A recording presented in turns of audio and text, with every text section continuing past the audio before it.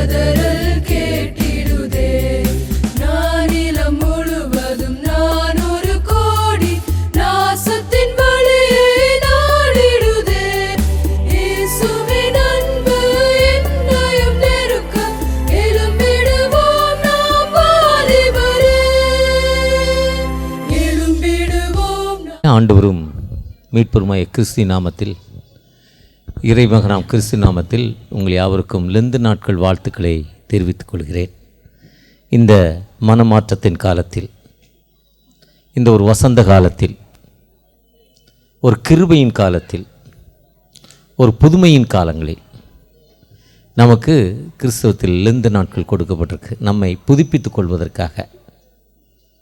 சோர்வாக இருக்கிற மக்களுக்கு ஒரு ஊட்டச்சத்து டானிக் கொடுத்தா, ஒரு ஹார்லிக்ஸ், ஒரு பூஸ்ட், ஒரு இளநீர், அப்படி ஒரு நல்ல ஒரு ஜூஸ் கொடுக்குறப்போ ஒரு புதிய தெம்பு வரும்.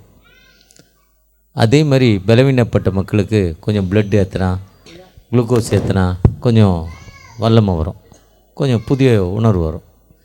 எங்கள் அத்தை ஒருத்தர், மாமாவுடைய ஒய்ஃப், தாய் மாமாவுடைய ஒய்ஃப், ரொம்ப கடைசி சூழ்நிலை, ஒரு பொங்கல் காலங்களில் 2 மணி நேரத்தில் மறிச்சிருவாங்க என்ன இருந்தாங்க. அந்த நேரத்தில் அவங்க பையன் போய், ஒரே பையன் அவங்களுக்கு, அந்த ஒரே பையன் பக்கத்தில் இருந்து சாக போகிற நேரத்தில் உனக்கு என்ன அம்மா வேணும்னு கேட்டார். ஒரு கருப்பு கலர் வேணும்னாங்க. இப்போ நம்ம ஊரில் 10 ரூபாய்க்கு விற்கிறதுல கலர், ஆரஞ்சு, கோக்கு, 10 ரூபாய்க்கு ஒரு சின்ன பாட்டில் விற்கும், லோக்கல் கலர், லெமன். அதேமாதிரி அந்த காலத்தில் 50 காசு 1 ரூபாய்க்கு இந்த லோக்கல் கலர், லோக்கல் கம்பெனி தயார் பண்ணி கொடுப்பாங்க. கருப்பு கலர் ரொம்ப சுவையாக இருக்கும். அந்த வெளிநாட்டு கலர்களை விட இது ரொம்ப சுவையாக இருக்கும், உடம்பு கெட்டுப்பாது. மறிக்கிற தருவாயில் ஒரு கருப்பு கலர் வேணும்டா தம்பின்னாங்க. ஏன்னா அவங்க வறுமையின் கோட்டுக்குள்ளே இருந்து, உணவு இல்லாமல் இருந்து, கஷ்டத்தின் மத்தியில் வாழ்ந்து வந்தவங்க. மகன், அவங்களுடைய ஜெபம் அவங்க மகனை நல்ல உயர்வாக உயர்த்திச்சு. அவங்க உடனே குடுகுடுன்னு ஓடி போய் ஒரு கருப்பு கலர் வாங்கியாந்து கொடுத்தான். அப்போ விலை அதுக்கு 2 ரூபா. நான் சொல்வது ஒரு 10 வருடம் 12 வருடங்களுக்கு முன்னாடி. அந்த கருப்பு கலர் குடிச்சோன்னா அந்த அம்மா அதுக்கப்புறம் 6 மாதம் இருந்துச்சு அந்த ஒரு கருப்பு கலர். அதே மாதிரி தான் கிறிஸ்தவத்தில் லெண்டல்ங்கிற ஒரு காலம் வர்றப்போ நம்மை புதுமைப்படுத்திக்கிற ஒரு காலங்கள், நம்மை ஆண்டவரோடு நம்மை இணைத்து கொள்கிற காலங்கள், நம்முடைய தேவைகளை கடவுள்கிட்ட கேட்டு வாங்கி கொள்வது. நம்மை உருவாக்கின தகப்பண்ட, அது யாராக இருந்தாலும் சரி, எந்த மதமாக இருந்தாலும் சரி, எந்த இனமாக இருந்தாலும் சரி, அந்த மனிதன் ஆண்டவரை நோக்கி கூப்பிட்றப்போ அவர் என்ன தேவையோ அதை கொடுத்து, பலவீனப்பட்ட மக்களுக்கு, வியாதியில் இருக்க மக்களுக்கு வியாதியிலேருந்து விடுதலை, கடன் பிரச்சனை இருக்க மக்களுக்கு கடன்லேருந்து பிரச்சனை விடுதலை, பதவி, வேலையில் பதவி உயர்வு இல்லை, பதவி உயர்வு இல்லை, வேலையில் சஸ்பெண்ட் ஆகியிருக்கோம், அந்த சஸ்பெண்ட் ஆனதுலேருந்து ஒரு மாற்று வழி, இல்லை என்னை யாரோ ஏமாற்றிட்டாங்க, எனக்கு இவ்வளோ கஷ்டத்தில் இருக்கிறேன், இந்த கஷ்டத்துக்கு எனக்கு ஒரு விடுதலை, திருமணமாகாத பிள்ளைகளுக்கு ஏற்ற காலத்தில் நல்ல கணவன், நல்ல மனைவி கிடைக்கணும், அதை கொடுக்குற ஒரு காலங்கள். திருமணமான பிள்ளைகளுக்கு அநேக ஆண்டுகள் குழந்தை பாக்கியம் இல்லை. குழந்தை என்பது ஆண்டவரால் கொடுக்கப்படுவது. ஆண்டவருடைய குழந்தை பாக்கியத்தை கொடுக்குற ஒரு காலங்கள். இந்த காலங்களில் நம்ம ஆண்டவற்றை இணைத்து கொள்வது. நாம் அதிக நேரம் ஜெப நேரத்தை கூட்டி, எப்படி அப்பாட்ட அடி மேலே அடித்தா அம்மி என்ன பண்ணும், அம்மியும் நகர்ந்துடும். அதே மாதிரி ஆண்டவரை திரும்ப திரும்ப திரும்ப கேட்குறப்போ ஆண்டவர் ஒரு கூடுதலான வாழ்வை தரும் ஆண்டவர், பிரச்சனையிலிருந்து விடுதலை கொடுக்கும் ஆண்டவர். அந்த ஆண்டவற்றை நம்மை புதுமைப்படுத்திக்கிற ஒரு காலங்கள் இந்த காலங்கள். அதுதான் இன்றைக்கி போட்ட நோட்டீஸில் சொல்கிறார், மெய்யாகவே நம்முடைய பாடுகளை ஏற்றுக்கொண்டு நம்முடைய பிரச்சனைகளை அவர் ரிசீவ் பண்ணிக்கிறார். என்ன பிரச்சனையோ அதுதான் சொல்கிறாரு. நானே வழியும் சத்தியம் ஜீவன்கிறார் ஒரு இடத்துல, யோவான் 14:14. நானே கர்த்தர், என்னை அம்மல் ரட்சகர் இல்லைன்னு ஏசாயாவில் சொல்கிறார். நானே உன் ஜீவன் என்று சொல்கிறார். நானே உயிர்த்தெழுதும் ஜீவனுமாக இருக்கிறேன். உயிரோடு இருக்கணும் நான் தான், ஜீவனமாக இருக்கணும் நான் தான் எல்லாங்கிறார். நானே உனக்கு நல்ல மெய்ப்பென்கிறார். ஐ எம் ஏ குட் ஷெப்பர்டுங்கிறார். நான் உனக்கு நல்ல மெய்ப்பன். I am the good shepherd. I am a good shepherd. நான் ஒரு மெய்ப்பன் அல்ல, நான் தான் மெய்ப்பன். அவர் தான் மெய்க்கிற ஆண்டவர். அந்த ஆண்டவரை நோக்கி பார்க்கிறப்போ நிச்சயமாக ஒரு விடுதலை கொடுக்க ஒரு உயிருள்ள ஆண்டவர் நம்மோடு கடந்து வந்திருக்கிறார். அந்த ஆண்டவர் இந்த மைதானம் முழுவதும் மட்டுமில்ல, இந்த கூட்டத்தை தூரமாக இருந்து யாரெல்லாம் கவனித்து கொண்டிருக்காங்களோ, எங்கள் மதத்தை என்ன இவங்க குறை சொல்ல போகிறாங்க, அவங்க மேலாத ஒரு கேஸ் போட்டுடலாமாங்கிறது கூட வன்கண்ணையோடு ஒரு சில கூட்டங்கள் இருக்குது. அவர்களுக்கும் விடுதலை கொடுக்கும் ஆண்டவர். நீ எங்களை குற்றம் கண்டுபிடிக்க வந்திருக்கிறானா, உன்னுடைய குற்றங்களை சொல்லி ஆண்டவரை நோக்கி நீ பார்க்கிறப்போ உனக்கு ஒரு ரட்சிப்பை கொடுக்கும் ஆண்டவர் இங்கே கடந்து வந்திருக்கிறார். நம்மோடு அசைவாடி கொண்டிருக்கிறார். நகரி கிழக்கு குருசேகரத்தில் தூயாவுடைய மகிமை நம்மோடு அசைவாடி கொண்டிருக்கு. அந்த ஆண்டவரை நோக்கி, தகப்பனே நீங்கள் பேசுங்கப்பா, உம்முடைய சத்தம் எங்களுக்கு வரட்டும் தகப்பனே என்று அவர் நோக்கி பார்ப்பேதான். யோவித கொடிய இடருக்கும் அஞ்சேன், இயேசுவை சார்ந்து நிற்பேன். நிலுவை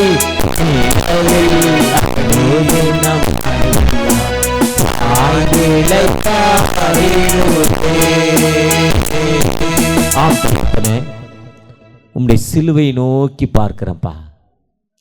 உம்முடைய சிலுவை எங்களுக்கு வெற்றியின் சிலுவை தகப்பனே. உம்முடைய சிலுவை எங்களுக்கு வாழ்வு கொடுக்கும் சிலுவை தகப்பனே. உம்முடைய சிலுவை எங்களை பரிசுத்தப்படுத்தும் சிலுவை தகப்பனே. உம்முடைய சிலுவை நோக்கி நாங்கள் பார்க்கிறப்போ எங்களுக்கு ஒரு விடுதலை தகப்பனே, நல்ல வாழ்வு தகப்பனே. அந்த சிலுவை நோக்கி நாங்கள் பார்க்கிறோம் தகப்பனே. அந்த சிலுவையின் பாடுகளை தான் நாங்கள் இந்த நகரத்தில் சொல்லியிருக்கோம்.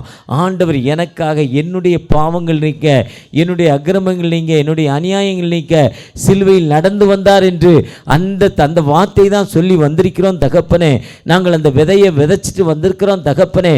யாரெல்லாம் ஏற்றுக்கொண்டு அதை ஏற்றுக்கொள்கிற மக்களுக்கு ஒரு கனிதரும் வாழ்வை நீங்கள் கொடுப்பீங்கிற நம்பிக்கையோடு தகப்பனே, எத்தனையோ வேதனையின் மத்தியில், எத்தனையோ துன்பங்கள் மத்தியில், எத்தனையோ பிரச்சனைகள் மத்தியில் தகப்பனே எனக்கு விடுதலை கொடுங்க. உம்முடைய கிருபையை தாங்க தகப்பனே, உம்முடைய இரக்கத்தை தாங்க தகப்பனே. உம்முடைய வழிநடத்தலை நோக்கி பார்க்கிறோம் தகப்பனே. ஒரு விசை கூட என்னை ஆசீர்வதிங்க. உம்முடைய கிருபையை எனக்கு தாங்க, உம்முடைய இரக்கத்தை எங்களுக்கு தாங்க தகப்பனே என்று யாரெல்லாம் உம்மை நோக்கி பார்க்கிறாங்களோ, தங்களுடைய பிரச்சனையான அந்த இதய துடிப்பு குறைந்து கொண்டிருக்குப்பா. டாக்டர் சொல்லியிருக்கிறாரு, உனக்கு பிளாங்க் இருக்கு, ஓப்பன் ஹார்ட் சர்ஜரி பண்ணணும் என்று சொல்லியிருக்கிறாரு. ஆனால் நம்பிக்கையோடு உம்முடைய பாதத்தில், எனக்கு அப்படிப்பட்ட வேலை இல்லாமல், அந்த ஆப்ரேஷன் இல்லாமல், எனக்கு ஒரு விடுதலை வேணும், எனக்கு ஸ்ட்ரென்த் இல்லாமல், அதை ஃபேஸ் மேக்கர் இல்லாமல், ஐயா ஓப்பன் ஹார்ட் சர்ஜரி இல்லாமல், பைபாஸ் இல்லாமல் எனக்கு ஒரு விடுதலை வேணும், எனக்கு ஒரு விடுதலை வேணும்னு ஏக்கத்தோடு ஜெபிக்கிற ஒரு அன்பு மகளுக்காக தகப்பனே, ஒரு விசை கூட ஒரு அற்புதம் தகப்பனே. எத்தனையோ நாட்கள் இந்த குருவானவர் இதற்காக முயற்சி எடுத்திருக்கிறாரு. ஆனால் நீ ஒரே ஒரு செகண்டில் அந்த வியாதியை மாற்றி எங்களுக்கு விடுதலை தருவீங்க. எத்தனையோ நாட்கள் இந்த திருச்சபையின் மக்கள் இந்த கூட்டங்களுக்காக ஜெபித்திருக்காங்க, முயற்சி எடுத்திருக்காங்க. ஒவ்வொரு மக்களும் முயற்சி எடுத்திருக்காங்க. ஆனால் நீங்க இன்று அதனுடைய நிறைவு பலன் ஒரு கனிதரும் செடியா எங்களை நீங்க மாற்றி தரப்போறீங்க. உம்முடைய பிரசனம், உம்முடைய வழிநடத்தல் தகப்பனே. ஒரு விதமான ஸ்டோன் பிரச்சனையினால ஒரு சகோதரி ரொம்ப வலியில கைகளை வைத்து ஜெபித்து கொண்டே இருக்காங்க. இயேசுவின் ரத்தம் ஜெயம், இயேசுவின் ரத்தம் ஜெயம் என்று சொல்லி ஜெபித்து கொண்டே இருக்காங்க. அந்த மகளுக்காக தகப்பனே, அந்த மகளுடைய விடுதலைக்காக இறைஞ்சி நிற்கிற தகப்பனே, உம்மை நோக்கி பார்த்த முகங்கள் ஒரு காலம் வெட்கப்பட்டு போனதில்லை. உம்முடைய கிருபையை தேடி, உம்முடைய இரக்கத்தை தேடி, உம்முடைய வழிநடத்தலை தேடி தகப்பனே நீங்க ஆசீர்வதிங்க. உம்முடைய ஆசீர்வாதத்தை எங்களுக்கு தாங்க தகப்பனே. இந்த மைதானம் முழுவதும் நீங்க இறங்கி வாங்க என்று உம்மை நோக்கி அழைக்கிறோம். உம்முடைய பிரச்சனை எங்களோடு இருக்கட்டும், வழி நடத்துங்க. மீட்பர் இயேசு மூலம் ஜெபக்கேளும் அன்பின் தகப்பனே, ஆமேன். என்னை அன்போடு அழைத்த குருவானவர் அருமையான ரெவரண்ட் வினய், இது 3வது வருடம் உங்களோடு நிற்பதில். கடந்த 4 ஆண்டுகளாக என்னை இந்த லண்டன் கன்வென்ஷனில் தொடர்ச்சியாக பூங்கா நகரில் இருந்தாங்க. தொடர்ச்சியாக அங்கே வந்ததுலேருந்து என்னை அழைத்து கொடுங்க, அவருக்கு நன்றி. இந்த திருச்சியில் இருக்கிற செயலர், பொருளர் மற்றும் ஆட்சி மன்ற குழு அநேக நாட்களில் ஒரு தொடர்பு நகரி கிழக்கு குருசேகரத்தோடு ஆண்டவர் கொடுத்திருக்கிறார். அன்போடு ஏற்றுக்கொண்ட உங்கள் ஒவ்வொருக்கும் என் வாழ்த்துக்களையும் நன்றியும் தெரிவித்துக் கொள்கிறேன். அருமையாக சிறப்பாக இசை மீட்டு கொண்டிருக்க அன்பு தம்பிமார் இருவரையும் வாழ்த்துகிறேன். நல்ல ஒரு ஒலிப்பெருக்கி சவுண்ட் சர்வீஸ், நல்ல எந்தவித மூச்சு இல்லாமல் சிறப்பாக நல்லா கவனித்து கொண்டே இருக்கிறான். நல்ல ஒரு பக்திக்குரிய அன்பு தம்பி, அவனை வாழ்த்துகிறேன். அவனுடைய கையின் பிரயாசங்களை ஆண்டவர் ஆசீர்வதிக்கட்டும். சிறப்பாக பாடல் குழுவினரை இயக்கி பயன்படுத்திய அன்பு வாலிப பிள்ளைகள் இருவரையும் வாழ்த்துகிறேன். இந்த நாளில் உங்களோடு வார்த்தை நான் எப்போவுமே அந்த தலைப்பு போடப்பட்ட போஸ்ட்டில் போடப்பட்ட தலைப்பிலே பேசி பழகிட்டேன். ஒரு சிறப்பான ஒரு மனிதர் இந்தியாவில் இருந்தார். ரொம்ப நல்ல மனிதர், நல்ல பணக்காரர், உயர்ந்த பதவி, உயர்ந்த அந்தஸ்து. அவருக்கு ஒரே மகன், மக்களுக்கு, ஏழை மக்களுக்கு கொடுக்கிறவர். அவர் ஒரு முறை அவருடைய மகன் வியாதிப்பட்டு விட்டார். வியாதிப்பட்ட மனிதனை பல மருத்துவரிடம் கொண்டு போனார். சித்த வைத்தியம் பார்த்தாரு, அலோபதி பார்த்தாரு, ஃபாரின் கொண்டு போனார். எங்கே போனாலும் சிகிச்சை அவனுக்கு நிற்கலை, எடுபடலை. நாளாக அவனுடைய எல்லா உறுப்புகளும் குறைந்து மரணப்படுக்கைக்கு வந்துட்டான். இன்னும் மரித்து விடுங்கிற நம்பிக்கை வந்துட்டு. அவர் கடவுளை நம்புகிறவர், கடவுளை நோக்கி அடிக்கடி ஜெபம் பண்ணுறவர். இடைவிடாமல் ஜெபம் பண்ணுங்கள், எப்பொழுதும் சந்தோஷமாகிடுங்கள், எல்லாவற்றுக்கும் தோத்திரம் செலுத்துங்கள் வார்த்தையின்படி 1 தெசலோனிக்கேயர் 5ஆம் அதிகாரத்தில், கொலோசியர் 3ஆம் அதிகாரத்தில் பவுலடிகள் சொல்ல மாதிரி கண்டினியூ டு த ப்ரேயர், இடைவிடாமல் எப்பொழுதும் ஜெபம் பண்ணுங்கள்ங்கிற மாதிரி எப்போ ஒரு ஜெபிக்கிற ஒரு மனிதர். அந்த மனிதர் தன்னை உருவாக்கிற தகப்பண்ட போனார். நான் எப்போவும் ஜெபிக்கிறேன், ஒரே மகன், நிறைய சொத்துக்கள் இருக்குது, நான் நல்லதெல்லாம் பண்ணியிருக்கிறேன். எசேக்கியா கேட்டார், நான் திரும்ப எனக்கு வாழ்வு கொடுங்கன்னு ஏசாயா 38 கேட்குறாரு எசேக்கியா ராஜா. அதேமாதிரி இவர் அவருக்கு வாழ்வு கிடைக்கல. என் மகனுக்கு வாழ்வு கொடுங்க, வாழ வேண்டிய வயது, எனக்கு வயதாயிட்டு, என்னுடைய உயிரை எடுத்துக்கொண்டு என் மகனுக்கு மறுவாழ்வு கொடுங்கன்னு ஜெபம் பண்ணார். ஆண்டவர் ஜெபத்தை ஏற்றுக்கொண்டார். அந்த மகனுக்கு உயிரை கொடுத்தார். அப்பா இறந்து விட்டார். ஆனால் வானத்தை பூமி படைத்த ஆண்டவர் எல்லாவற்றையும் பார்க்கிறார். மனிதன் தவறு செய்கிறான். தவறு செய்யும் மனிதனை மீட்டுக்கொள்வது எப்படி என்று நினைக்கிறார். அப்புறம் தான் ஆபிரகாம் தன்னுடைய ஒரே குமாரன் என்று பாராமல் தன் வாழ்விற்காக பலியாக ஒப்பு கொடுக்க போகிறார். ஆபிரகாம் ஆதியாம் 22ஆம் அதிகாரத்தில் ஒப்பு கொடுக்க போகிறார், பலியிடப் போகிறார். இதை பார்த்த ஆண்டவர் தன்னுடைய சொந்த வாழ்விற்காக தன்னுடைய சொந்த மகனை பலியிடுறாரு. அப்போ ஏன் என் மக்கள் வலது கைக்கும் இடது கைக்கும் தெரியாத மக்கள் விடுதலை பெற வேண்டும், இந்த மக்களுக்கு ஏன் என்னுடைய ஒரு மகனை அனுப்பி ஏன் வாழ்வு கொடுக்கக்கூடாது என்று நினைக்கிறார். அந்த வாழ்வு கொடுக்க அவர் நினைக்கிறதான் யோவான் 3:16, தன்னுடைய ஒரே குமாரன் விசுவாசிக்கிறவனோ அவன் கெட்டு போகாமல் நித்திய ஜீவனை அடைம்பிடிக்க அவர் தந்தருளி இவ்வளவாய் உலகத்தில் அன்பு கூர்ந்தார். யார் கர்த்தராகிய இயேசு கிறிஸ்துவை, தேவனுடைய குமாரனாகிய இயேசு கிறிஸ்துவை யார் விசுவாசிக்கிறோமோ அந்த மக்களுக்கு அவர் வாழ்வு கொடுக்கும் ஆண்டவர். அதுதான் ரோமர் 8ஆம் அதிகாரம் 32ஆம் தம்முடைய சொந்த குமாரனும் என்று பாராமல், 1 தீமோத்தேயு 2ஆம் அதிகாரத்தின் 2:4 சொல்ல, எல்லா மனிதரும் ரட்சிக்கப்பட வேண்டும், ஒருத்தராவது அழிந்து போகக்கூடாது. இவன் கிறிஸ்துவன் ஞானஸ்தானம் வாங்கினா இவன் மட்டும்தான் ஜீவிக்கணுங்கிறது இல்லை. எந்த மனிதன் இவன் நமக்கு எதிரி, நம்ம சர்ச்சை உடைச்சான், நம்முடைய பிள்ளைகளுக்கு விரோதமாக போனான், மோசமான மனுஷன், இவன் நல்லவன் இல்லை, இருந்தாலும் அவனும் வியாதியின் மத்தியில் துன்பங்கள் மத்தியில் தம்மை நோக்கி பார்க்கிறப்போ அவனுக்கு விடுதலை கொடுக்க வேண்டும் தான் 1 தீமோத்தேயு 2:4 எல்லா மனிதரும் ரட்சிக்கப்பட வேண்டும். அதான் 1 தீமோத்தேயு 2ஆம் அதிகாரம் 6ஆம் வசனத்தில் எல்லோரையும் மீட்கும் பொருளாக தன் ஜீவனை கொடுப்பதற்காக இந்த உலகத்திற்கு வருகிறார். அவர் உலகத்திற்கு வந்த நோக்கமே எல்லோரையும் மீட்கும் பொருளாக தன் ஜீவனை கொடுப்பதற்காக இந்த உலகத்திற்கு வருகிறார். எல்லா மனிதரும் வாழ்வு பெற வேண்டும். ஒருவேளை அன்றைக்கி மிஷினரிகள் நகரியில் வரலன்னா, அன்றைக்கி நகரியில் ஹாஸ்பிட்டல் வந்திருக்காது, ஹாஸ்டல் வந்திருக்காது.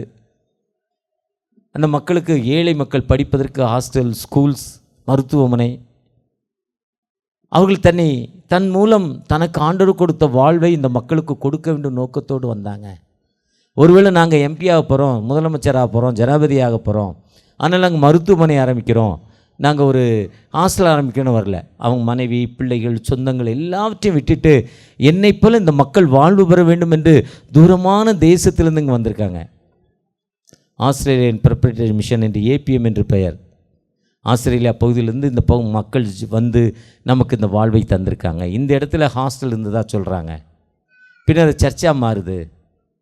அவங்க தன் வாழ்வை அர்ப்பணித்திருக்கிறாங்க. ஏன்னா அநேகரை மீட்கும் பொருளாக இயேசு நல்லவர், இயேசு ரட்சிக்கிறார் என்று சொல்வதை விட இயேசு வந்து நமக்கு வாழ்வு கொடுக்கிறார். டியூஷன் மூலம், ஹெல்ப்பிங் மூலம், அவரே என்ன சொல்கிறாரு, பரலோக ராஜ்யத்துக்கு போகணுன்னா எப்படிப்பா பரலோக ராஜ்யத்துக்கு போகுதுன்னு சொல்கிறாரு. மத்திய 25:33 இவங்க லெஃப்ட்டில் இருக்கவங்க போக மாட்டாங்க, ரைட்டில் இருக்கவங்க போவாங்கங்கிறார். யார் லெஃப்ட்டு ரைட்டுனா, நான் பஸ்ஸியாக இருந்தேன், தாகமாக இருந்தேன், அந்நியனாக இருந்தேன், வசலம் இல்லாமல் காவல் அடைக்கப்பட்டிருந்தேன், என்னை நீங்கள் பார்க்க வந்திருக்கிறீர்களா, இச்சிறியவளுக்கு எதை செய்தாயோ அதை எனக்கே செய்தாய் என்று சொல்கிறார். இதுதான் கிறிஸ்தவம். அந்த கிறிஸ்தவம் தன்னை மீட்கும் பொருளாக தன் ஜீவனை கொடுப்பதற்காக, எப்படி ஒரு மனிதர் தன்னை மீட்டுக்கொள்வதற்கு தன் ஜீவனை கொடுப்பதற்காக வந்தாரோ, அதே மாதிரி நம்மை மீட்டுக்கொள்வதற்காக அநேக மிஷனரிகள் தங்கள் வாழ்வை அர்ப்பணிச்சிருக்காங்க. பேரன் புக்குங்கிற ஒரு மிஷனரிக்கு ஒரு மனைவி 2 பிள்ளைகள், ஃப்ரம் இங்கிலாந்து மிஷன், ஆங்கிலிக்கன் திருச்சபை. அப்போ கொரோனா மாதிரி அன்றைக்கி கால்ரா வியாதி 1905-10 கூட்டுக்கொண்டமாக மக்கள் செத்தாங்க. காலராங்கிறது 4 முறை டைரியா, வயிற்றுப்போக்கு. அதுக்கு ஒரே மருந்து கிரேப் ஜூஸ் கொடுத்தா போதும், அந்த பல்ஸ் ரேட் அதிகமாகி அவனுக்கு விடுதலை கிடச்சிரும். செகண்ட் மைனஸ் என்னென்னா, யார் பக்கத்தில் போகிறாங்க அவங்களுக்கு அந்த நோய் வந்துடும், அந்த கிருமி அவங்களுக்குள்ளே வந்துடும், தொத்து வியாதி. அந்த பேரன்புக்கு யாரெல்லாம் கூட்டமாக சார மக்களுக்கு ஒன்று அந்த கிரேப் ஜூஸ் கொடுத்து ஜோம் பண்ணார். எல்லோரும் உயிர் பெற்றாங்க. அவருக்கு காலரா வந்து செத்து போனார். அவர் மனைவி செத்துட்டாங்க. அவரும் மனைவியும் போய் கொடுத்தாங்க. மனைவி செத்து போனோன்னே 2 வாலிப பிள்ளைகள் ஒரு சேஃப்டியில் வெளிநாடு, தீவிரவாதிகள், மத ஜாதிய தீவிரவாதிகள் அதிகம். மேல் ஜாதி மக்கள் கீழ் ஜாதி மக்களுக்கு இவங்க உதவி செய்கிறாங்க, கீழ் ஜாதி மக்கள் நம்மளை மதிக்க மாட்டுறாங்க, அதனால மிஷனரி எப்படியாவது க்ளோஸ் பண்ணணும், சாகடிக்கணும்னு நினைக்கிறாங்க. அந்த நேரத்தில் தன் பெண் பிள்ளைகளை, வாலிப பெண் பிள்ளைகளை காப்பாற்றுவதற்காக தன்னுடைய சொந்த நாட்டுக்கு திரும்ப இங்கிலாந்து போகிறாரு. பிள்ளைகளை விட்டுட்டு திரும்ப வர்றார். அவர் வந்து சிவகாசி பகுதியில் திரும்ப பணி செய்கிறப்போ, சிவகாசி பகுதியில் பனையடிப்பட்டி எதுனா இன்னைய மதுரை ராமநாதனுடைய பிஷப்புடைய சொந்த கிராமம் பனையடிப்பட்டி.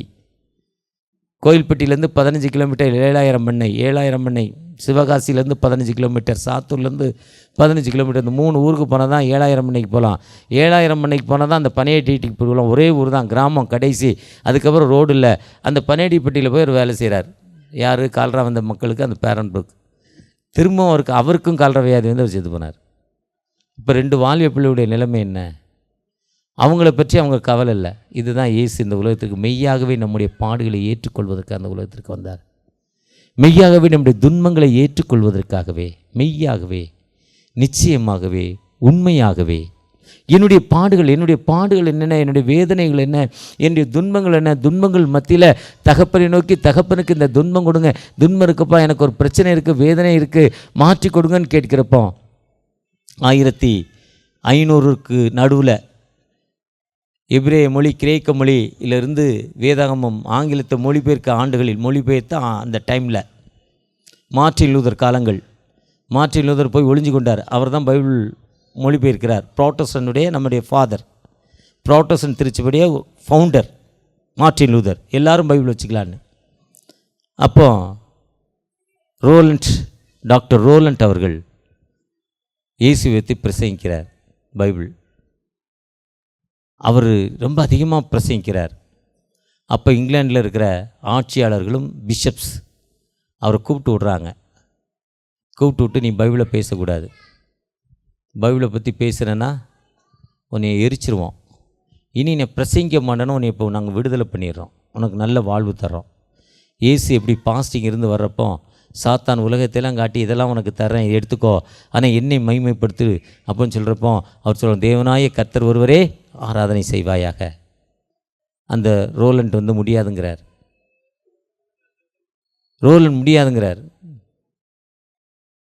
அந்த இங்கிலாண்டில் ஒரு பட்டணத்தில் நீ எரிச்சாலும் சரி நான் இயேசுவை தான் பிரசங்கிப்பேன், அதை தான் என்னுடைய வாழ்வுங்கிறார்.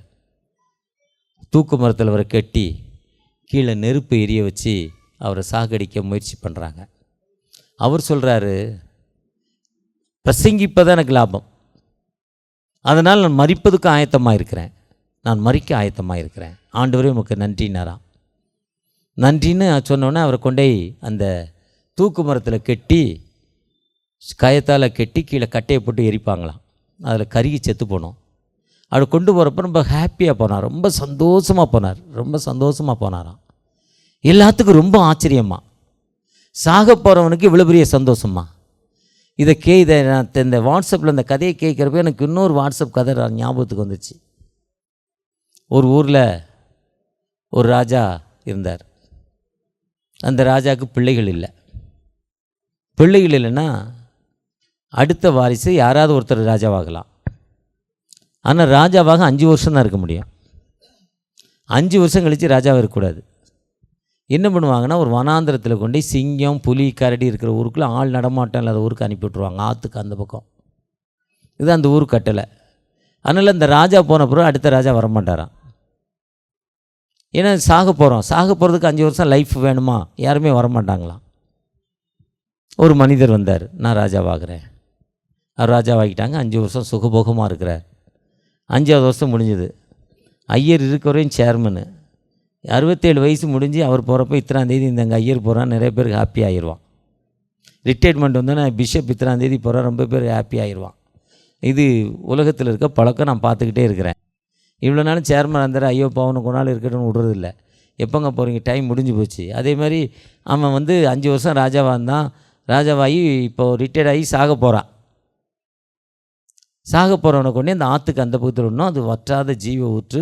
அதில் போட்டு போக்குவரத்து இல்லை. அந்த போட்டில் கொண்டு போய் கூட போகிறாங்க. ஒரு பழைய போட்டு, கிழிஞ்ச போட்டு, ரொம்ப மோசமான போட்டு, பெயிண்டே அடிக்கல, துருப்பிடிச்ச போட்டு. அதை கொண்டாந்து விட்டு அதில் ஏற்ற சொல்கிறாங்க. நீ நாளைக்கு சாக போகிற, உன்னை கொண்டே காட்டில் விட போகிற, ராஜா முடிஞ்சு போச்சுறாங்கிறாங்க. அவன் சொல்கிறான், நான் ராஜாவாக போகிறேன். நான் ராஜாவாயிட்டேன், இப்போ சாக போகிறேன். இப்போ ராஜா தான், now I am A king. ஒரு ராஜாவை போய் இத்து போன போட்டில் ஏற்றுற எப்படா நியாயம்? நல்ல போட்டாக போய் எடுத்துருவாங்கடா, புது போட்டாக எடுத்துருவாங்கடா. நானா டெக்கரேட் பண்ணி வாழை மரம்லாம் கட்டி எப்படி ஒரு கோலாகலமாக வந்தே பாரத் டிரைவரை நம்முடைய பிரதமர் பிரதமந்திரி அனுப்புகிறப்போ எவ்வளோ ஒரு கோலாகலமாக வந்தே பாரத்துக்கு கொடி காட்டினார். ஏன்னா 12 மணி நேரம் போகிற ட்ரெயினாக 7.5 மணி நேரத்தில் போயிடுது திருநெல்வேலிக்கு, 7.5 hours. மற்ற ட்ரெயின் 11 மணி நேரம். திண்டுக்கலுக்கு மற்ற ட்ரெயின் 6 மணி நேரம், 3.5 மணி நேரத்தில் திண்டுக்கலுக்கு வந்துடுது, 3.25 மணி நேரம். 6 மணிக்கு கிளம்புது, கரெக்டாக 9:55 கொண்டாந்து திண்டுக்கல்லில் போனவரும் விட்டுட்டாங்க வந்தே பாரத்தில். நல்ல உணவு கொடுக்குறாங்க, சூப்பர் உணவு. முன்னே ஃப்ளைட்டில் தான் கொடுப்பாங்க, ஃப்ளைட்டில் தண்ணி கூட கொடுக்க மாட்டான், துட்டு கேட்குறான். எல்லாம் ப்ரைவேட் ஆகிட்டு. அதே மாதிரி தான் ரயிலையும் ப்ரைவேட் ஆக்கிக்கிட்டு இருக்காங்க. அப்படி ஒரு ட்ரெயின் விடுறப்போ எவ்வளோ ஒரு கோலாகலம். அதே மாதிரி கொண்டு வாங்கன்ட்டாராம். உடனே அந்த போட்டை அலங்கரித்து அப்படி கொண்டு வந்து ராஜ சிம்மாசனம் போட்டு அந்த மனிதர் அதில் உட்காந்துட்டு அப்படி ஜிம்முன்னு போகிறார். போகிறப்ப அந்த போட்டு அவர் சிரிக்கிறார் அவரை பார்த்து. ஏன்டா என்னை பார்த்து சிரிக்க? இப்போ சாக போகிற அந்த காட்டில் கொண்டே ஒன்று விட போகிறோம். போனோடனே சிங்கம் வரப்போகுது, புலி வரப்போகுது, கரடி வரப்போகுது, முதல்ல வரப்போகுது, காட்டெருமை வரப்போகுது, உன்னை முட்டை போகுது, சாக போகிற. உனக்கு போய் இவ்வளோ ஒரு பெரிய பந்தாவா? இப்போ நம்ம சவுண்ட் சர்வீஸ் போட்டவரை கூப்பிட்டு சால்வை போட்டோம். எதுக்கு? அழகாக சீரியல் போட்டிருக்கார் பாருங்க, அங்கே ஓடி வருது, பார்க்குறதுக்கு லுக்கு. அந்த சீரியல் போட்டோன்னு இங்கே ஏதோ ஒரு ஃபங்க்ஷன் காட்டுறதுக்கு அவர் கலை நன்னத்துக்குள்ளே போட்டிருக்கார். அதுக்கு தான் ஒரு சால்வை. அதே மாதிரி அந்த போட்டோ பண்ணியிருந்தாங்க. நான் அவன் பார்த்து சிரிக்கிறான். டேய் பைத்தியக்காரன், நான் சாக போகிறேன் உனக்கு தெரியுமா? எப்படா நான் சாக போகிறேன்னு சொல்கிற? நான் எத்தனை வருஷம் இருந்தேன்? 5 வருஷம் இருந்தேன்ல. 5 வருஷம். முதல் வருஷம் ஒரு 50 பேர் அந்த ஊருக்குள்ளே அனுப்பினேன். அவன் போய் இருக்க காட்டெல்லாம் வெட்டினான். 2வது வருஷம் இருக்க மிருகத்தெல்லாம் க்ளோஸ் பண்ணான். 3வது வருஷம் வெட்டின காட்டில் நல்ல பில்டிங் கட்டினான், அரண்மனை கட்டினான், நான் வீடு கட்டினான். அடுத்த வருஷம் 5000 பேர் அனுப்பி குடியேற வச்சிட்டேன். இப்போ அந்த ஊரில் எத்தனை பேர் இருக்காங்க? நகரி அளவுக்கு ஒரு மக்கள் தொகை இருக்குது. இப்போ நாங்கள் போனோன்னா யார்? ராஜா. இது மனிதனுடைய மென்டல். அவன் வாழ்வதற்காக வந்தான். ஆனால் இயேசு வாழ்வதற்காக இந்த உலகத்தில் வரல, விடுதலை கொடுப்பதற்காக, தன் ஜீவனை கொடுப்பதற்காக, அநேகரை மீட்கும் பொருளாக தன்னை கொடுப்பதற்காக இந்த உலகத்திற்கு இயேசு இந்த உலகத்தில் வந்தார். அநேகரை கொள்ளை பொருளாய் மீட்டுக் கொள்வதற்காக. யாரெல்லாம் வேதனையின் மத்தியில் கண்ணீரின் மத்தியில் இருக்காங்களோ, குஷ்ரோகி ஒரு ஊருக்குள்ளே வரக்கூடாது. திருத்தணியில் அந்த கோயிலுக்கு அவுட்டரில் தான் அந்த குஷ்டரோகியுடைய காலனிகள் இருக்குது. ஊருக்குள்ளே வரக்கூடாது. ஏன்னா அவங்க குஷ்டம் நமக்கு வந்துடும். அவங்க அதே மாதிரி ஒரு குஷ்டரோகி இருக்கான். மத்திய 8ஆம் அதிகாரத்தில் அவன் மலையிலேருந்து இயேசு இறங்கி வராரு. மலை பிரசங்கத்தை முடிச்சுட்டு வரப்போ, தாவீதின் குமாரனே எனக்கு இறங்கும், சன் ஆஃப் டேவிட் ப்ளீஸ் ஹெல்ப்பின்னு ஒரு காலிங் கொடுக்குறான். காலிங் கொடுத்தனே எனக்கு சித்தம் உண்டு, ஐ எம் வில்லிங்கோ யூ ஆர் ஹீலிங்கோங்கிறார். உமக்கு சித்தமானால் என்னை சுத்தமாக்குன்னு கேட்ட பொழுது அவருக்கு ஒரு விடுதலை கொடுக்கும் ஆண்டவர். மார்க் 10ஆம் அதிகாரத்தில் பர்திலிங்கிற ஒரு குருடன், 2 கண்களும் உடமான நிலைமைக்கு தெரியல இருட்டு. அவரை நோக்கி அழைக்கிறப்ப வாழ்வு கொடுக்கிறார். அவர் உலகத்திற்கு வந்த நோக்கமே ஆவியானவர் வெண்மேல் இருக்கிறார், தரித்திரருக்கு சுவிசேஷம். ஏசாயா 61 சொல்றாரு. லூக்கா 4:18 அந்த வசனங்கள் இன்று நிறைவேறிற்று. அந்த நிறைவேறுதல், அந்த வெற்றியின் பண்டிகை தான் வருகிற ஞாயிற்றுக்கிழமை நான் நாளை கழிச்சு நம்ம கொண்டாடப்படுது ஓசனா பண்டிகை. அந்த ராஜா போட்டில் போனவர் சொன்னார், இப்போ பெரிய டவுன் நகரி மாதிரி ஒரு டவுன் இருப்பா, நான் தான் ராஜானார். ஆனால் இந்த ரோலண்ட் மிஷனரி தன்னை அழிப்பதற்கு ஒப்பு கொடுக்கிறார். அந்த கயிறுகள் கட்டப்பட்டுச்சான். அப்போ அவர் பரம தந்தையே, ஹெவன்லி ஃபாதர், ஹெவன்லி டேடி, என்னை நீர் இதுவது கொடுத்ததுக்காக நன்றியப்பா, என் ஜீவனை எடுத்துக்கொள்ளுங்கன்னு ஜெபம் பண்ணாராம். அங்கே இருக்கவங்களுக்கெல்லாம் காஸ்பல் சொன்னாரா. சந்தோஷமாக சாக போகிறத நினச்சி சந்தோஷமாக காஸ்பல் சொன்னாராம். இயேசு ரட்சிக்கிறார், இயேசு சுகமளிக்கிறார், இயேசு விடுதலை கொடுக்கிறார். இயேசு ஒரு மதத்தை ஸ்தாபிக்க வரல, உனக்கு நல்வாழ்வு கொடுப்பதற்காக வந்தார், உனக்கு எனக்கு வாழ்வு கொடுப்பதற்காக வந்தார்னு காஸ்பல் சொல்கிறாரா. எப்படி காஸ்பல்னா, ஒரு சகோதரிக்கு கேன்சர் வியாதி, ஹார்ட் உள்ள அது எடுக்கிறாங்க. எடுத்தவரை கியூமோ கொடுப்பாங்க, திரும்ப வரக்கூடாதுன்னு. அந்த உயிர், அந்த கேன்சர் புத்து வியாதிக்குரிய கிருமிகளை அழிப்பதற்கு, புத்து வியாதி என்பது அந்த மண்ணுக்குள்ளேருந்து அந்த மண் மேலே வந்துக்கிட்டே இருக்கும். நம்ம அதை கடவுளாக கும்பிடுறோம். அந்த கிருமி என்னாகும், வளர்ந்துக்கிட்டே இருக்கும். அந்த நிலத்தில் இருக்க அந்த மண் எடுத்து மேலே போட்டுக்கிட்டே இருக்கும். அதுதான் மேலே வரையும் அது புத்துன்னு சொல்கிறோம். அதுதான் புத்து வியாதி. அதே மாதிரி வளர்ந்துக்கிட்டே இருக்குது. அதை அழியணுங்கிறதுக்காக கீமோ கொடுப்பாங்க. கீமோங்கிறது ரத்தத்தில் இருக்க பிளட்டெல்லாம் சாகடிக்கும். ரத்தத்தில் பிளட்டெல்லாம் சாகிறப்போ தலைமுடிகள் கொட்டும், நரம்புகள் எல்லாம் வலிக்கும். அந்த சகோதரி ஜெபம் பண்ணாங்களாம், தலைமுடி கொட்டினா அசிங்கமாயிரும், கொஞ்சம் மாடர்னாக இருப்பாங்க, கொஞ்சம் அழகாக, கொஞ்சம் லிப்டிக் கிப்டிக் போட்டு, செண்டு போட்டு, கொஞ்சம் நல்லா அப்படி அதெல்லாம் ஹேர் டை போட்டு கொஞ்சம் அழகாக இருக்கணும்னு நினைப்பாங்க. முடியெல்லாம் கொட்டினா அசிங்கமாயிருமேன்னு நினச்சி அவங்க இனிமேல் எனக்கு முடி கொட்டக்கூடாது, கீமோ கொடுக்கக்கூடாதுன்னு ஜெபம் பண்ணாங்களாம். கீமோ கொடுத்தா முடி கொட்டக்கூடாது. அதே மாதிரி கீமோ கொடுத்தாங்களாம். எனக்கு தெரிஞ்சு ஒருத்தருக்குமே முடி கொட்டாமல் இருந்ததில்லை. என்னுடைய ஒய்ஃபோடைய தங்கச்சிக்கு கேன்சருக்கு கொடுக்குறப்ப தலைமுடியெலாம் கொட்டிடுச்சு. அவள் டீச்சர் விக்கி வச்சுக்கிட்டு அலைஞ்சா கொஞ்ச நாள். ஆனால் இந்த அம்மாவுக்கு ஒரு முடி கூட கீழே விழலையா. திரும்ப அதே அம்மாவுக்கு ஹார்ட்டில் பிரச்சனை. விசுவாசத்தோடு ஜெபம் பண்ணிச்சான். டாக்டர் சொல்லிட்டாரு, 1 வாரம் தான் டைம், உங்களுக்கு ஏற்கனவே மேஜர் ஆப்ரேஷன் பண்ணியாச்சு ஹார்ட்டில், இனிமேல் பண்ண முடியாது, 1 வாரத்தில் உங்களை நீங்கள் செத்து போவீங்க, உங்கள் பல்ஸ்லாம் ஒர்க் ஆகலை, 100 வேலை செய்ய வேண்டிய பல்ஸ் ரேட்டு உங்களுக்கு 20-30 தான் வேலை செய்யுது, டவுன் ஆகிக்கிட்டே இருக்குது, 1 வாரத்தில் செத்து போவீங்க, ஆப்ரேஷன் பண்ணாலும் செத்துருவீங்க, பண்ணாட்டாலும் செத்து போவீங்க, என்ன முடிவு பண்ணுறீங்க? ஆப்ரேஷன் பண்ணால் 15 லட்ச ரூபா, என்ன செய்ய போகிறீங்க?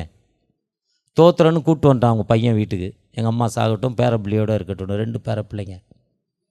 ஆனால் அந்த அம்மா இன்றைக்கி ஒரு 4 வருஷம் ஆச்சு உயிரோடு இருக்குது. டாக்டரே ஆச்சரியமாக சொல்கிறார்.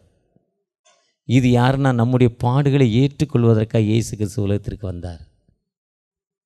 அந்த மிஷனரியை அதான் சொல்கிறார். அந்த அவர் சொன்ன காஸ்பல் அங்கே அதைத்தான் சொல்கிறார். அந்த காஸ்பலை சொல்லிவிட்டு அங்கே நின்று ஜெபம் பண்ணுறார். நெருப்பு கொளுத்தப்பட்டாச்சான். நெருப்பு எரிய என்னாகும்? அக்னி. உடனே சாக மாட்டோம். உடம்புல நான் 60 விழுக்காடு தீஞ்சு போன பிறகு தான் சாவோம். அது வரையும் சாக மாட்டோம். 25-23 விழுக்காடு தீஞ்சு தானே காப்பாற்றிடலாம். அவர் பரம தந்தையே, என் ஆவியை ஏற்றுக்கொள்ளுங்கன்னு ஸ்தேவான் அப்போஸ்தலர் 7 ஜெபம் பண்ண மாதிரி ஜெபம் பண்ணாராம். ஒருத்தர் நீளம் ஒரு கம்பி கடப்பாரை எடுத்துகிட்டு வந்தாராம். பட்டுன்னு போட்டாராம் தலையில். தலை அப்படியே வெடித்து அப்படியே உயர்ந்து. ஏன்னா இந்த மூளை திறக்கப்பட்டால் 7 செகண்டில் மனுஷன் செத்து போவான். 7 செகண்ட் தான். அந்த அக்னியுடைய தன்மை இல்லாமல் இறந்துட்டாராம். அதே மாதிரி தான் இயேசு கிறிஸ்து சிலுவையில் தொங்குறப்போ 3 ஆணிகள் கடாவப்பட்டுச்சு. 2 கையில் 2 காணி, 2 காலையும் சேர்த்து ஒரு ஆணி. புவி ஈர்ப்பு சக்தி அவர் உடம்பை கீழே இழுக்கும். இந்த கைகள் ஓட்டையிடப்படும். மேலே மேலே மேலே மேலே இழுக்கும், லேசாக இழுக்கும். அந்த அவருடைய பாடியோடைய வெயிட்டு பூமி இழுக்கும். அப்போ இந்த கை கிழிக்கும். நரம்பு மண்டலங்கள், விரல் அடிபட்டால் தாழ முடியாது, துடிக்கணும். இந்த வேதனையில் சாகணும். நிர்வாணப்படுத்தி இந்த மெயின் ரோடில் இப்படி முகம் பார்த்தா தெரியல, இந்த ஜன்னல் உயரத்துக்கு தான் வைப்பாங்க. முகம் பார்த்தா தெரியும். பார்க்குறவங்க துப்பி பரிகாசம் பண்ணிட்டு போவாங்களாம். 4 மணிக்குள்ளே சாகலைன்னா 5 மணிக்கு மேலே அந்த ஆள் வந்து சிலுவையில் இருக்கக்கூடாது, செத்துறணும். அவன் சாகலைன்னா விலா எலும்புகள் உடைக்கப்படும், கால் எலும்புகள் முறிக்கப்படும். கால் எலும்புகள் புத்தூரில் போய் கெட்டுறப்ப என்ன பண்ணுவாங்க, உடையாத எலும்பை உடைச்சி கட்டுவான். அந்த கெட்டவங்களுக்கு தான் வலி தெரியும் எப்படி இருக்குன்னு, கேட்குறவங்களுக்கு தெரியாது. அதே மாதிரி தான் அவரை விலா எலும்பை உடைக்க போகிறாங்கன்னா அந்த போர்ச்சேகன் பார்க்குறான், இவர் இறந்து விட்டார் நீதிமான். யாருமே அப்படி சாக மாட்டாங்களாம். அந்த காக்கா வந்து கண்ணில் கொத்துமா. ஆனால் ஆணி அடிந்த சில நிமிடங்களில் அந்த வேதனை தாழ முடியாமல் முடிந்தது என்று அறிந்து, பிதாவே உம்முடைய கைகளில் நான் ஆவியை ஒப்பு கொடுக்கிறேன்னு சொன்னார். முடிந்ததுப்பா, நான் வந்த வேலை. என்ன நோக்கத்தோடு இந்த உலகத்திற்கு வந்தனோ அந்த நோக்கம் அநேக மக்கள் பாடுகளை ஏற்றுக்கொள்வதற்காக உலகத்துக்கு வந்தேன். சீஷர்களை உருவாக்கிட்டேன். அவங்க போய் காஸ்பல் சொல்லுவாங்க, என் வேலை ஃபினிஷ் ஆகிட்டுப்பா, என் ஆவியுடைய கையில் ஒப்பு கொடுக்கிறேன் என்று மகா சத்தமாய் கூப்பிட்டு ஆவியை ஒப்பு கொடுத்தார். அதே தாங்க இயேசு கிறிஸ்து. இன்றைக்கி ஒருவேளை இன்றைக்கி நீங்கள் நானும் இன்றைக்கி சிலுவை யாத்திராவில் இயேசுவை சிலுவையில் அறைவதற்கு நம்ம கொண்டு வரோம், அடிக்கிறோம். ஆனால் அந்த அடி வாங்குவது எதுக்குன்னா அவர் வேதனைக்கல்ல, அநேகரை மீட்கும் பொருளாய். ஒருவேளை அந்த இயேசுவை நாம் உண்மையாக இந்த உலகத்தில் அனுபவிக்கிறப்போ நம்மை பார்த்து இந்த மக்கள் மாற்றப்படணும், இந்த நகரி மக்கள் மாற்றப்படணும். இயேசு கிறிஸ்துவை எதுக்குங்க சிலுவையில் இறஞ்சாங்கன்னா அநேகரை மீட்கும் பொருளாய் வந்தார். ஒருவேளை நீங்கள் நானும் இயேசு வந்தார், இயேசு சிலுவையில் இறஞ்சாவே பிதாவே இவர்களை மன்னின்னு சொன்னார்.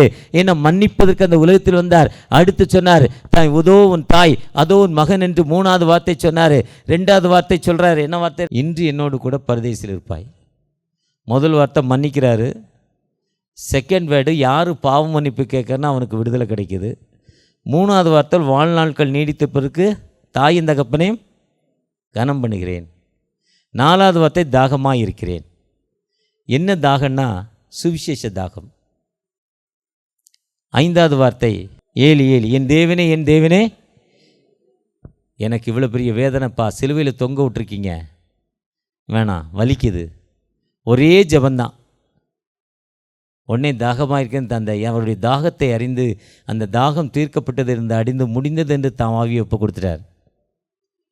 இப்போ என்ன பிரச்சனைன்னா 7 பேர் 7 பிரசங்கம் பண்ணணும். அப்படி தானே கோயிலில் ஐயரே பண்ணிடுவாரா?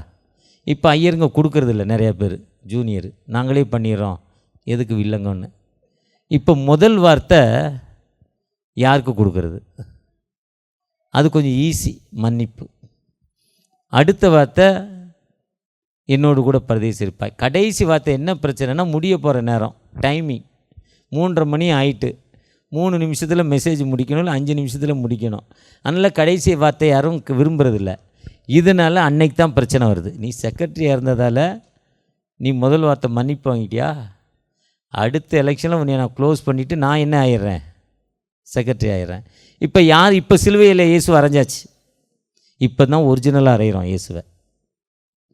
ரோட்டில் கூட்டிகிட்டு வந்தோமா அப்போல்லாம் அடிக்கலைங்க. எப்போ சர்ச்சுக்குள்ளே சண்டை போடுறோமோ அப்போ என்ன பண்ணிட்டோம், சிலுவையில். இது ஒரு வகையான சிலுவை. அடுத்த சிலுவை வாழ்விலும் தாழ்விலும் சுகத்திலும் துன்பத்திலும் மரணம் நம்மை பிரிக்கும் வரை என் உலகத்தின் சந்துக்களாலும் உன்னை நான் மேன்மைப்படுத்துகிறேன் கனப்படுத்துகிறேன்னு சொல்லிவிட்டு போனதுக்கு முன்னே இன்றைக்கி தான் எனக்கு தெரியும். டிவியை பார்த்து ரொம்ப நாள் ஆச்சு, நியூஸ் கூட பார்க்கும்போது எங்கள் டிவி ரிப்பேர். வெளில பார்க்க போனால் பேர பிள்ளைகள் விடாது, தாத்தா அப்படி உட்காருன்றான். ஒரு பாஸ் தப்பு பண்ணிட்டாருன்னு ஜெயிலுக்கெல்லாம் போகிறாராம். ஏர்போர்ட்டில் போய் அரெஸ்ட் பண்ணுறாங்களாம். வாட்ஸ்அப்பில் ஒருத்தர் பேசுகிறான், அவன் ஃப்ராடு, அவன் இவனை பேசுகிறான். இப்போ எங்கே பண்ணிட்டோம், சிலுவையில் யார் அரைச்சிட்டான்? இதுதான் ஒரிஜினல் அரைஞ்சிக்கிட்டு இருக்கான். சாட்சி இல்லாத வாழ்வு. எப்போ சாட்சின்னா, ஒரு ஹஸ்பண்ட் அண்ட் ஒய்ஃபு, ஹஸ்பண்டு நாத்திகர், கடவுள் இல்லைன்னு சொல்லுவார், அந்த அம்மா கடவுள் இருக்கிறன்னு சொல்கிறாங்க. ஸ்மித்துங்கிற ஒரு ஊழியர் ஸ்காட்லாந்தில். அவர் கோயிலுக்கு போவாதங்கார், அந்த அம்மா போவேங்குது. போயிட்டு வர அவனை பார்த்துக்கிறேங்கிற, நான் போயிட்டு வரேன்னு அது போயிடுச்சு. ஆன்லைன் ப்ரேயரு, குளிர் -23 டிகிரி குளிர், கிடுக்கிடுன்னு ஆட்டுது. சொட்ரு போடாமல் நான் போக முடியாது. ஆன்லைன் ப்ரேயரில் போய் உட்காந்துட்டு முடிஞ்சிட்டு வீட்டுக்கு வருது ஒரு 12 மணி இருக்கும். ஆன்லைன் போனால் பாதி நைட்டு, இன்றைக்கி அம்மா ஜெபம் பாதி நைட்டு ப்ரேயர்னு 10 மணிக்கு முடிச்சிடுறோம். அது மாதிரி பாதி நைட்டு ப்ரேயரு. கதவை திறக்கிறார், சொல்லாமல் போனல உனக்கு வீட்டுக்குள்ளே இடம் இல்லைன்னு கதவை பூட்டிட்டார், வெளியே விட்டார். ரோட்லேயே நிற்கிது, பனி மழை பெஞ்ச மாதிரி பனி இருக்குது, குளிர். காலைல 7 மணிக்கு தான் அங்கே எழுந்திருப்பாங்க. எப்போ தான் முடியும், அதுவே ரொம்ப கஷ்டம். நம்ம 4 மணிக்கு எழுந்திருக்கிற மாதிரி 7 மணி. 7 மணி கதவை திறக்கிறார். இந்த அம்மா வெளியே கிடுக்கிடுன்னு ஆடி நிற்கிது. ஆன உடனே அந்த அம்மா அவர் வந்தோன்னே குட் மார்னிங், தோத்திரம், பிரைஸ் தி லார்டுன்னு அந்த அம்மா சொல்லுது. குளூரில் பனியில் நின்று அம்மா சொல்லுது தோத்திரம்னு. அவர் நம்ம கூட சண்டை போடுவான்னு எதிர்பார்க்குறாரு. அந்த அம்மா சண்டை போடலை, தோத்திரம், பிரைஸ் தி லார்ட். வீட்டுக்குள்ளே போச்சு, கிச்சனுக்கு போச்சு, ஸ்டவ் ஆன் பண்ணிச்சு, சூப்பராக ஒரு டீ போட்டுச்சு. ஃபஸ்ட்டு கப்பு கொண்டாந்து வீட்டுக்காரர் கொடுத்தது. இவ்வளோ நேரம் குளிர் இருக்க அம்மா, ஹஸ்பண்டு குளிர் இல்லாமல் ஹீட்ரு போட்டு, நம்ம ஏசி போட்டு தூங்குற மாதிரி அவர் ஹீட்ரு போட்டு தூங்கிட்டு இருக்கார். அவருக்கு அந்த கப்பை கொடுத்துச்சு. சூப்பர் டீ இத்தனை நாளை விட. அப்படி வாங்கி வாயில் வச்சுட்டு அந்த அம்மாவை பார்த்தார். இப்போ நான் கருப்பு, செக்ரட்டரி அம்மா கருப்பு. இதேமாதிரி கலரை பார்க்கல அவர். பின்னால் கோயிலில் இருக்க பாப்பா நல்லா கலராக இருக்காவா, அப்படி கலரெல்லாம் பார்க்கல அவர். இப்படி ஒரு டீ கொடுக்குறியே, நான் உனக்கு கொடுமையாக ஒரு மனுஷன் மாதிரி இல்லாமல் வெளியே நிற்க வச்சுருந்தேனே, இதை விட்டுட்டு எனக்கு ஒரு டீ கொடுக்குறே, இது எப்படி ஒன்றையால் முடியுதுன்னு கேட்டார். அந்த அம்மா சொல்லிச்சு, எனக்குள்ளே இருப்பது யார்? இயேசு. அவர் சொல்கிறார் 1 யோவான் 4ஆம் அதிகாரம், சொந்த சகோதரத்தில் பெண்மை பாராட்டாமல் இந்த கடவுளுக்கு அன்பு காராட்டுற, அது நீ பொய் என்கிறார். இப்போ நம்ம வீட்டுக்குள்ளே இப்படி ஒரு சண்டையை போட்டுட்டு ரோட்டில் 4.5 மணி நேரம் சில்வ யாத்திரா பண்ணாலும் ஆண்டவர் ஏற்றுக்கொள்ள மாட்டார். சர்ச்சுக்கு போகிறாங்கப்பா, முடிஞ்சோன்னே என்ன சண்டை போடுறானுங்கப்பா. எலெக்ஷன் நடக்கு, போலீஸ் ஷூ போட்டுட்டு உள்ளே வந்துடுறாங்கப்பா சண்டைக்கு. ஐயர் தப்பு பண்ணிட்டான்னு போலீஸ் ஸ்டேஷனில் கொண்டே வச்சிட்றாங்கப்பா. திருடிட்டான்னு போலீஸ் ஸ்டேஷனில் கொண்டே வச்சிடறாங்க. இப்போ யார் இல்லை, இப்போ என்ன இல்லை, அங்கே யார் இல்லை, இயேசுவை என்ன பண்ணிட்டோம், யார் இல்லை, இயேசுவை சிலுவையில் அறைந்து விட்டோம். நம்ம லைஃப்பில் இயேசுவை தினமும் சிலுவையில் எத்தனை முறை அறைகிறோம்? என் மனைவியோடு எத்தனை முறை சண்டை போடுறனோ, என் சகோதரனோடு எத்தனை முறை சண்டை போடுறானோ, என் வேலைக்காரரோடு எத்தனை முறை சண்டை போடுறானோ, என் உடன் வெளியாரோடு எத்தனை முறை நான் அவனை ஏமாத்துறானோ, அதெல்லாம் இயேசுவை நான் சிலுவையில் அறைந்து கொண்டிருக்கிறேன். ஒருவேளை அப்படிப்பட்ட சிலுவையில் அறையாமல் அவர் தம்மைத்தாமே வெறுமையாக்கி அடிமையின் ரூபம் எடுத்து சிலுவையின் மரண பரியந்தம் தம்மை தாழ்த்தி ஒப்பு கொடுத்தாருங்க. அவர் வந்ததின் நோக்கமே தம்மைத்தாமே வெறுமையாக்கி. அதுதான் பிலிப்பியர் 2ஆம் அதிகாரம் 7ஆம் வசனத்தில் சொல்கிறாரு.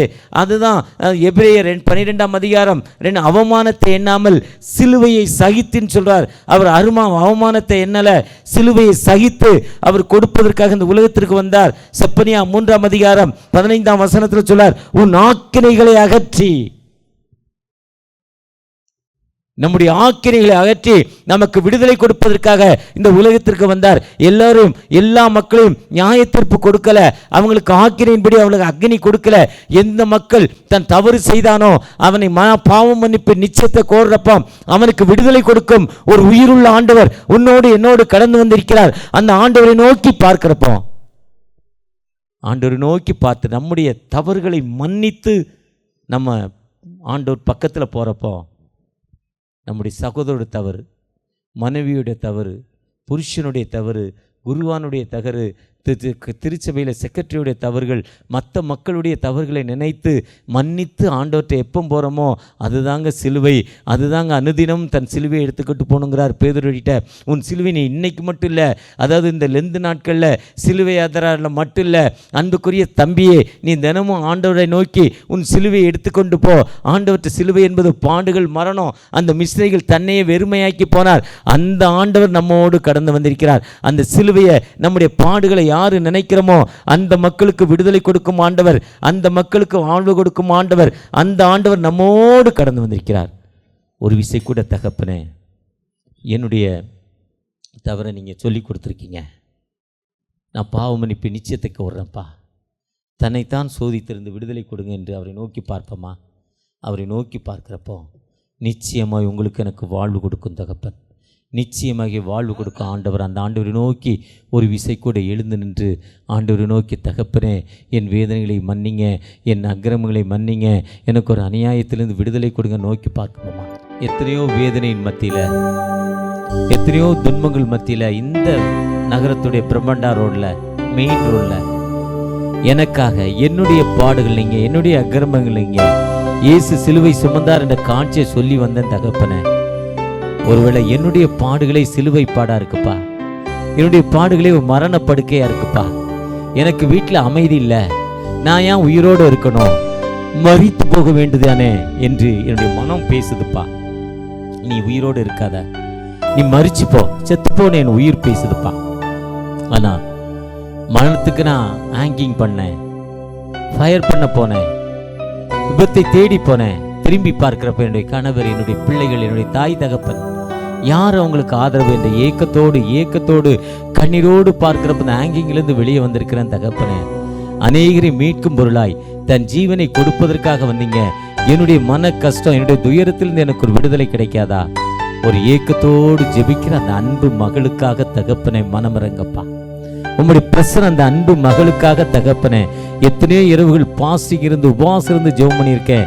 என் மகள் இந்த +2 தேர்வில் நல்ல மதிப்பெண் பெறணும், ஒரு MBBS டாக்டர் ஆகணும்னு நினைச்சு இந்த வருஷமும் நீட்டை முடிக்க போறா. நீட்டு வருகிற தேதியில நடக்க போதுப்பா. அந்த நாளில் அந்த மகளுக்கு ஒரு வெற்றியை தருவீங்க.